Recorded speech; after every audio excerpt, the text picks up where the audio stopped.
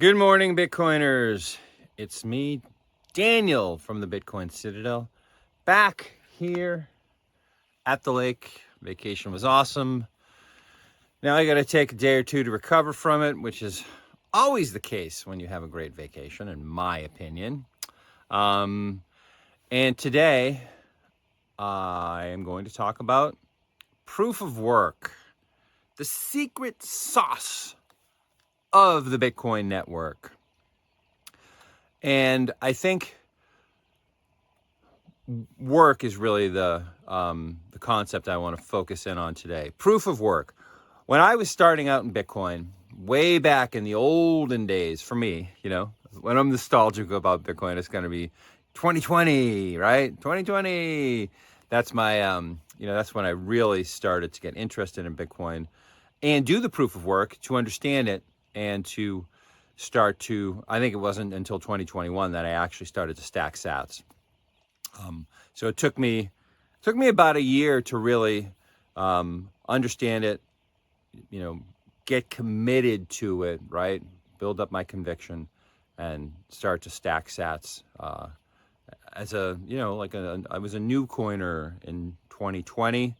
And then I think, just now I'm going through my, the end of my first full cycle. So I'm starting to consider myself a Bitcoiner, a real Bitcoiner, And in those days, back when the dinosaurs walked the earth, the big FUD, the big fear, uncertainty, doubt that was sown about Bitcoin was the Greta angle, right? Bitcoin used too much energy and it made Greta sad. And there was a lot of, people in the old, the Elizabeth Warren camp, these no coiners, these people who were against Bitcoin, who used that argument. And that was a pretty compelling argument for people who were caught up in the whole global warming grift, right? And there's a lot of people, that's still probably the majority of people on the left, definitely the majority of people on the left who believe that narrative, because it's been, it's been pounded into their brains ever since Al Gore woke up one morning and decided that was the way to go. Side note, tangent, rabbit hole. If you read The Creature from Jekyll Island, one of the things they talk about in there is the Iron Mountain document, and it's supposedly a hoax, right? It's was written by someone who made it up. Some John Birch Society guy made up the Iron Mountain document. But in Iron Mountain, one of the things they talk about is in order to control people, war is the best thing, right? War is the best because it forces people to, people buy into it, right? The money all goes to rich people like the Rothschilds who play both sides against the other. And, these fiat wars are the most lucrative businesses ever developed, right? And in Iron Mountain, they're like, well, people are getting tired of war. We've used it so much. We need other ways of grifting and getting them to, concentrate all of the wealth together and, willingly just give it to us. How can we do it? Brainstorm session. And that's what Iron Mountain's all about. And one of the things that they came up with is, concerns about the environment and global warming and global climate change. That's the grift, right? They say none of them work as good as war, but we think this one, let's give it a shot, right? And they're giving it a shot right now. And it's working out pretty darn good for them, right? And if you watch Nolan Bowerly's Great Awakening on Bitcoin on Rumble every morning, 9 o'clock Eastern Time, as I record this, which is in the end of July 2025, every show he starts out by by making fun of the fake news. And that's one of the things we can do about these grifts, right? They're so serious, right? The world is ending.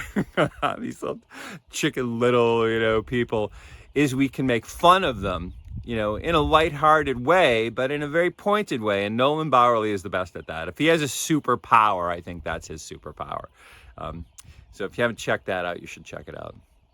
But what I was talking about today is proof of work, and I got sidetracked, and God knows how long this video will be. I'm a little loopy here, just got off my vacation. But proof of work, energy was the big FUD, right? Bitcoin's using too much energy. Bitcoin's going to use all the energy in the world, and we're all going to be so sad and so poor, and the world is going to be ruined by it. That's these global warming people. I love them so much. There are people, they're sludge people, but there are people, there are family, there are friends, they care about the world. They're just being lied to, and people are being lied to about almost everything. So I don't blame anybody for believing that grift, because it's one of the most, they've spent so much, when I say they, I mean the greenies, right? Spent so much time and energy on it that it's not a surprise that a lot of people have bought into it, right? So energy.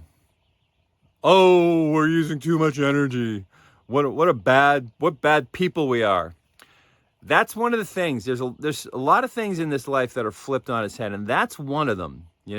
It's almost as bad as you're a tiny speck of dust in an infinite universe. You don't matter. That's the biggest grift of all. And that's what people are waking up from. That's what the real great awakening is that you're not important. You're the only important thing, my friend. You're an immortal being having a material experience. And anyone who tries to convince you otherwise is not your friend. So, digression. Let's get back to it. So energy, what's the deal with it? Well, if all these grifters, these Iron Mountain types, are trying to convince us that it's a bad thing, right?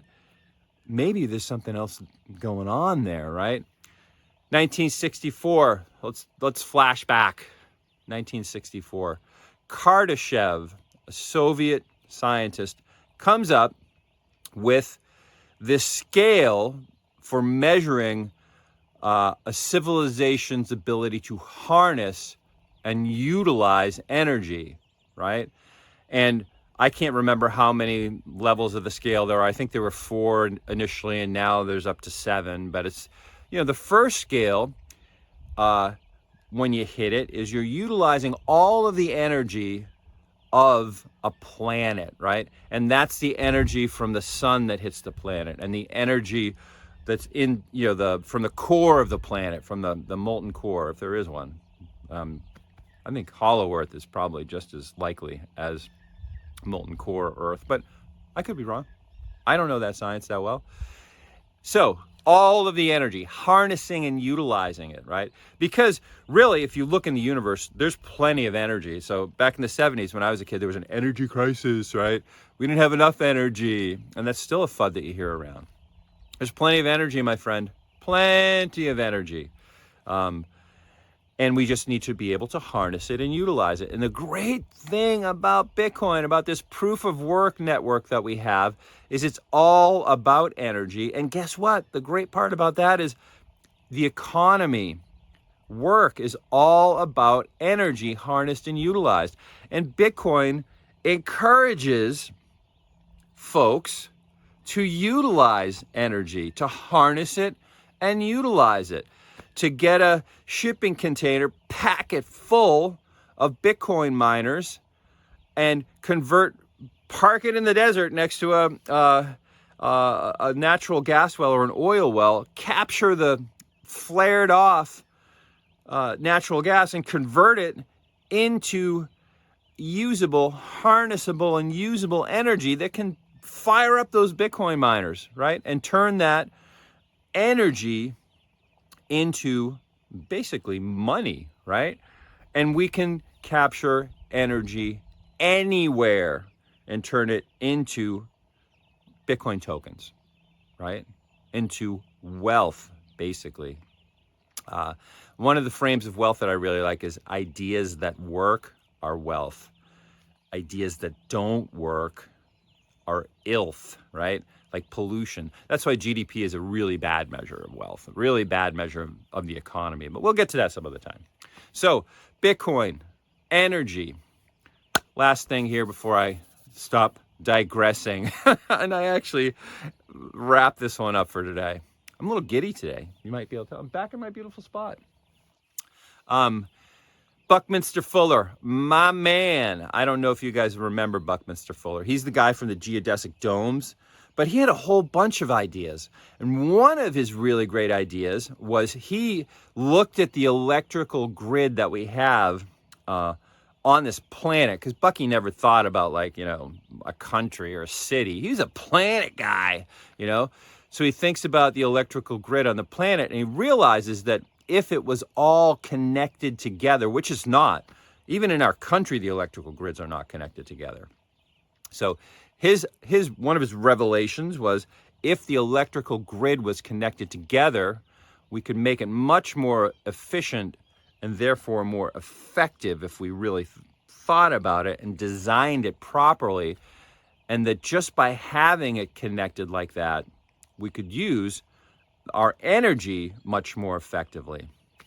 And that's a great idea. And what Bitcoin does is it allows us to get that stranded energy. And because when, everyone is on Team Bitcoin, and everyone, all of these dying nation states, but they'll still, there's still going to be people, in those, the state is not going away. It's the nation state as we currently know it. Huge welfare states, huge communist states that are all centralized and are driven by a central bank. That's the central planning group, right? When that goes away, we'll still be able to coordinate, and we'll still be able to have a worldwide grid because of Bitcoin. And if you want to think about that and know more about it, Jason Lowery's Soft War, not an easy read. It's an academic text, really. But if you can work your way through it, Jason Lowery's Soft War is a really good book for that. It takes a while to read. It's an academic text, and he repeats himself a lot. And he goes back and he talks about the framework, about what he's going to accomplish from the very beginning of it, right? And he goes through it in a very methodical way. So it takes a while to read it. But it's worth it, though. It's one of those books that, it took me a long time to read. I only could read a couple of pages at a time because I really wanted to understand it as I was reading it. And I was taking notes on it. Another really good thing to watch, not to read, is Bobby Kennedy's I don't know if it was the 2023 or the 2024 speech at the Bitcoin conference. They're both fantastic. They're both great. But in one of the speeches, I think it's 2023 in Miami, he talks about Bitcoin and energy and how Bitcoin is going to finance this energy revolution, really, right? And remember, Bitcoin is all about abundance, and Bitcoin is about a future where people's energy, time and energy and value are going to be rewarded, right? And that energy, we want to maximize. We want to go up the Kardeshev scale. It's not a bad thing to use more energy. I'm an energy maximalist. I think it's on my Twitter bio or my Twitter, whatever it is, right? Energy maximalism is abundance. People who are into abundance, right? And Bitcoin is the yardstick that's going to measure that abundance. And Bitcoin is also, it can be the vehicle for heading up that Kardashev scale. Really, a rising tide lifts all boats, and Bitcoin is that rising tide, right? The Bitcoin network. Because remember, Bitcoin is both a network and a token, right? The Bitcoin token is what we purchase when we stack sats. The Bitcoin network is what runs the whole deal, right? And the Bitcoin network runs on proof of work. And proof of work is tied to energy. Yeah, Bobby Kennedy's speech. I think it's 2023. I'll look at it and maybe, I don't know, this morning. I got to post my video, right? But maybe I'll post about it later. It's either 2023 or 2024. They're both fantastic speeches. So if you're a Bitcoiner, maybe you're new to Bitcoin and you haven't watched those speeches yet, boy, you're in for a treat because both of them are just bangers. All right, proof of work is the name of this one because work is tied to energy. Proof of work is tied to real world energy, brings it into this digital realm. That's the secret sauce of Bitcoin. Saylor talks really well about that. That's one of the things I love about Saylor. I'm not a Saylor hater like some people are. I mean, especially when all these over leveraged Bitcoin treasury companies crash and burn, and they need someone to blame for the next bull market. Saylor's people are already starting to hate on Saylor. I'm not a Saylor hater. I love the guy. So I think I'm done rambling now. I'm back in my spot, though. You can tell I'm a little bit giddy, and I'm very excited about where Bitcoin's going. Strap yourself in. Get your act together, though. You want to hold your own Bitcoin. Now is the time. If you've had Bitcoin on exchanges, like the guy I heard about who's got, double-digit Bitcoin on an exchange and just been leaving it there and thinking, oh, yeah, I'm cool, I'm good, you're not good. You're not cool. If there is, a seizure of gold, and just look at the way the economies of Western countries are going. We're going through entering into a golden age. There's no doubt about that. But there's going to be you have to get through the eye of the needle first, right? And there's going to be some dark times in some places as we emerge from the egg, right, of the industrial age into the golden age, right, into the golden age of this new information age, right? And one of the things that's going to happen is Bitcoin is going to be seized. There's going to be, these nation states, as they go down, they're going to try to grab at anything to stay afloat. And your Bitcoin, if it's on an exchange or if it's poorly secured, right, they're coming after it, right? So you have to, at least the bare minimum is you have to take custody of your own Bitcoin. And that's one of the things that the Bitcoin Citadel helps with. So if you want to book some time with me, just look at the link in the description. You can book some time with me. You can you can subscribe, you can hit the notification bell, all those things that people talk about. I'm talking about the same stuff, right? And I will talk to you tomorrow. Peace.